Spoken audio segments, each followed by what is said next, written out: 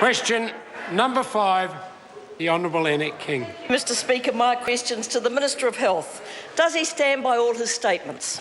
The Honourable Dr Jonathan Coleman. Including the statement that Mrs King is a lot like Santa, smiles and big promises, but others pick up the bill, and adults stop believing a long, long time ago. Minister. Supplementary question, Minister. Honourable Annette King. Minister, it is Christmas. Peace, I say to you.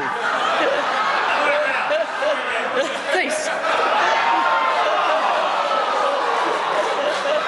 I suggest we just get to the supplementary question. Supplementary question. Supplementary question, the Honourable Annette King. Well, in light of that answer, does he agree with Treasury, who said that Vote Health has received, quote, relatively smaller increases as a percentage of the vote in recent years, decreasing to an average increase of 3.7% under this government, compared to 8.7% under Labor, and are only given a contribution towards their cost pressures? That's what it looks like, John. Mr Speaker. The Honourable Dr Jonathan Well, that's Coleman. a bit like expecting me to believe that Santa's coming down the chimney, but the fact is we've actually increased Vote Health consistently over our time in government. It's gone from 11.8 billion to 15.9. We're producing better services for New Zealanders, and it's a better health system than 7 years ago. Point of order, Mr Speaker. Point of order, the Honourable Annette King. Mr Speaker, I seek leave to table the presentation by Treasury in which this graph, taken from it, is in it, given to the Minister of Health on the 27th of February 2015 on social sector spending. Leave us all to table that particular graph. Is there any objection? No, there's not. Can be tabled. The Honourable Annette King, supplementary question. Did Pharmac get less than half the funding increase it requested in this year's budget? If so, why? The Honourable Dr Jonathan Coleman. Well, look, all agencies want all sorts of things, but the fact is Pharmac's money has gone up $150 million under this government, well ahead the rate of inflation over the same period.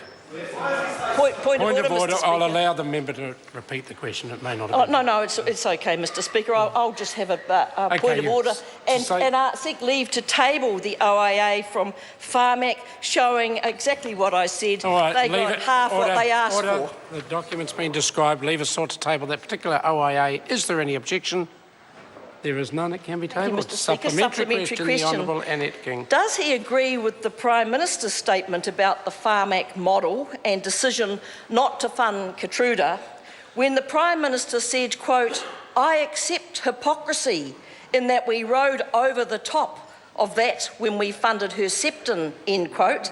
If so, does he think advanced melanoma patients should accept this hypocrisy when he won't ride over the top for them?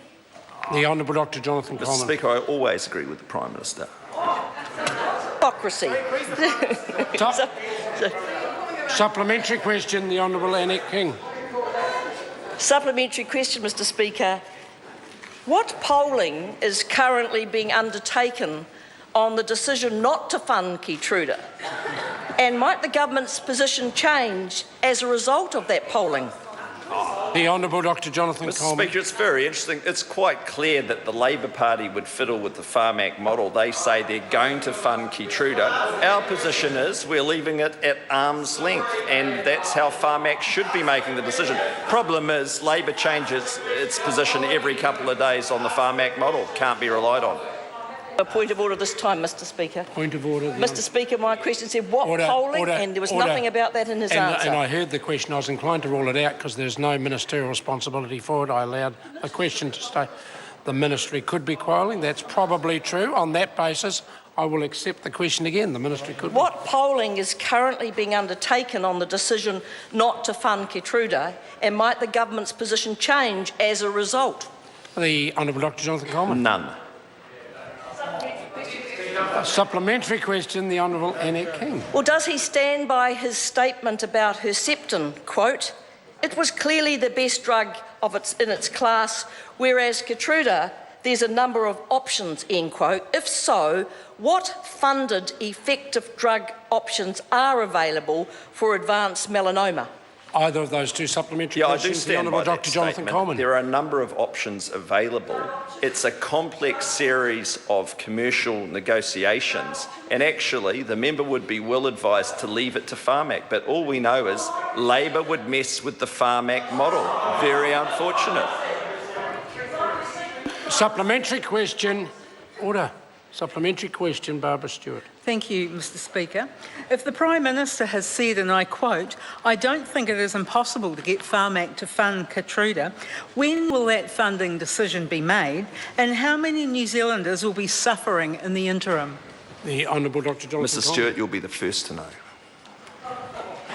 Supplementary. Supplementary I'll question, remember that. Barbara Stewart. Thank you, Mr Speaker. If the government can pass Red Peak's inclusion in the flag referendum under urgency, why can this government not go into urgency now in order to amend Pharmac's functions and objectives so that cancer sufferers can have some real hope over Christmas? The Honourable Dr Jonathan Coleman. Because Pharmac has, or the Pharmac model is excellent, and we're not going to tamper with it. Sounds like New Zealand First will. Point of order, Mr Speaker. Order. Point of order, Barbara Mr Speaker. Stewart.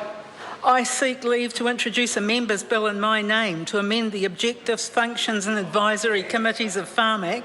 The specific objective is to enhance the treatment of patients diagnosed with rare and life-limiting conditions. It's been well and truly described. Leave is sought for that particular course of action. Is there any objection? There is objection. Question number 6 in McKelvey. Thank you, Mr Speaker.